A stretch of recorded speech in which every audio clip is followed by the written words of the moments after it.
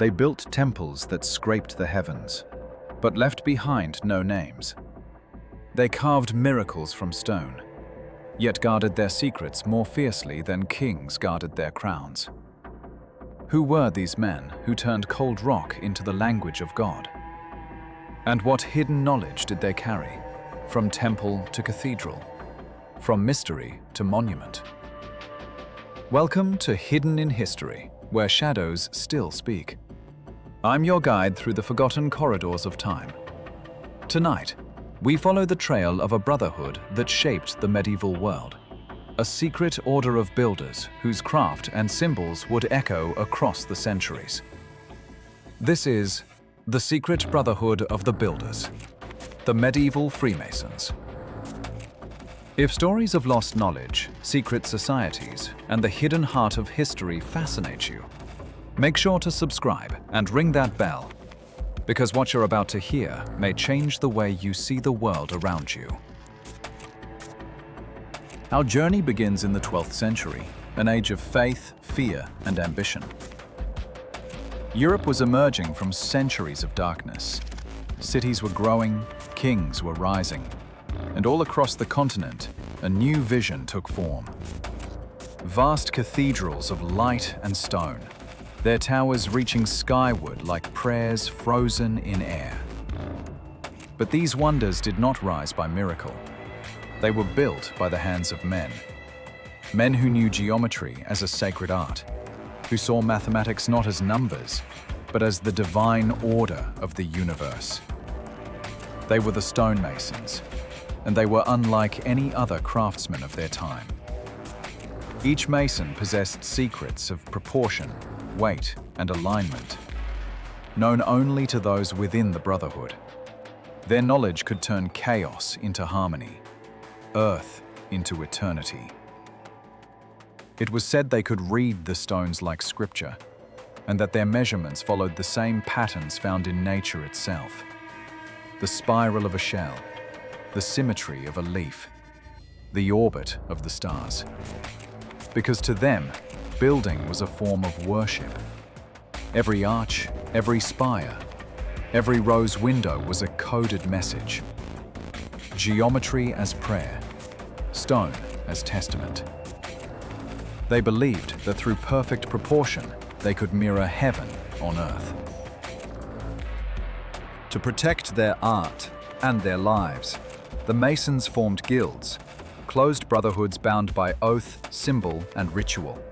They met in lodges beside the worksites, and there, beneath flickering candles and the scent of mortar, they shared knowledge passed from master to apprentice. They had passwords, signs, and handshakes, ensuring that only true brothers could be trusted. No church, no monarch, no bishop could claim to control them fully. Their loyalty was to the craft and to one another.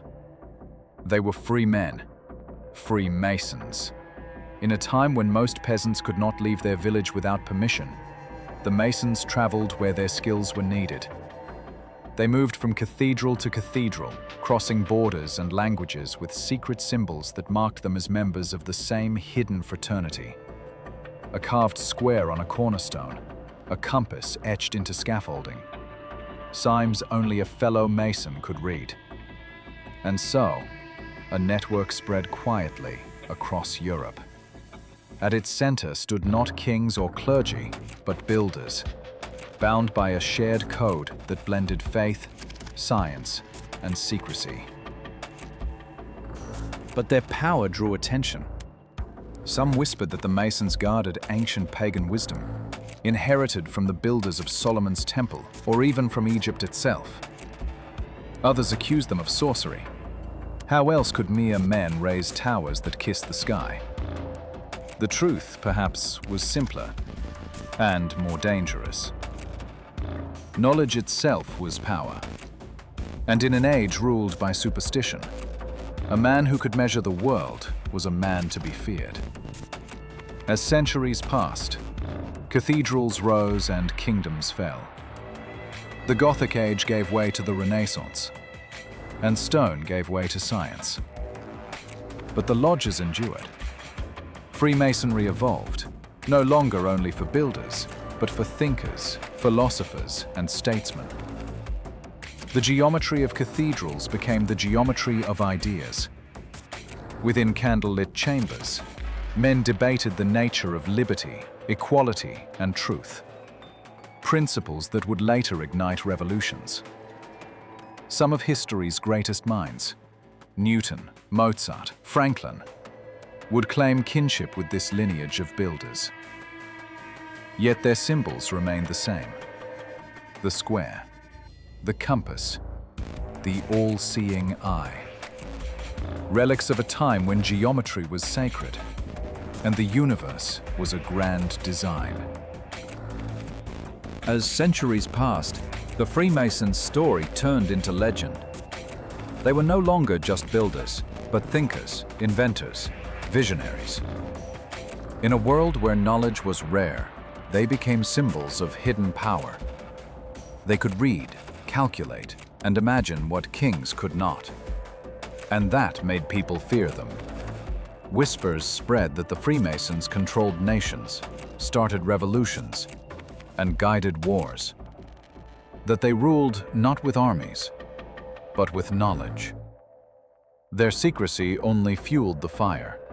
They met in lodges by candlelight, spoke in symbols, and built wonders no one else could.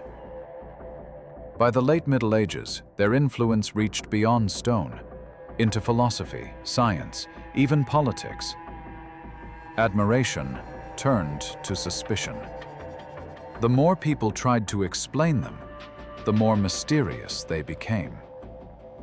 Some saw wise men preserving sacred truth. Others saw conspirators pulling the strings of history.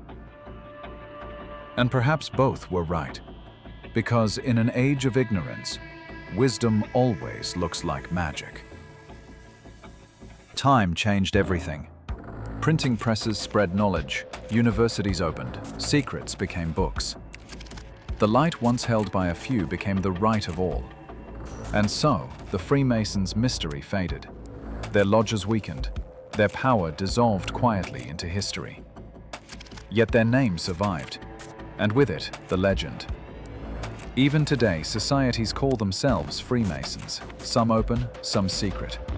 But none hold the ancient influence of the true builders. Still, myths endure, that they rule the world, shape revolutions, start and end wars. Maybe people simply need to believe that someone, somewhere, still holds the blueprint. But their real legacy isn't control, it's creation. Every cathedral that still stands, every perfect arch and rose window whispers their faith, that human hands can reach for the divine. The builders vanished as quietly as they lived. Their names are gone, but their work is immortal. And in the silence of every stone corridor, their chisels still seem to echo. Not with power, but with purpose. You've been watching Hidden in History, where shadows still speak. If you've enjoyed exploring the lost world of the medieval Freemasons, don't forget to subscribe, like, and ring the bell, so you never miss the next mystery the past tried to hide.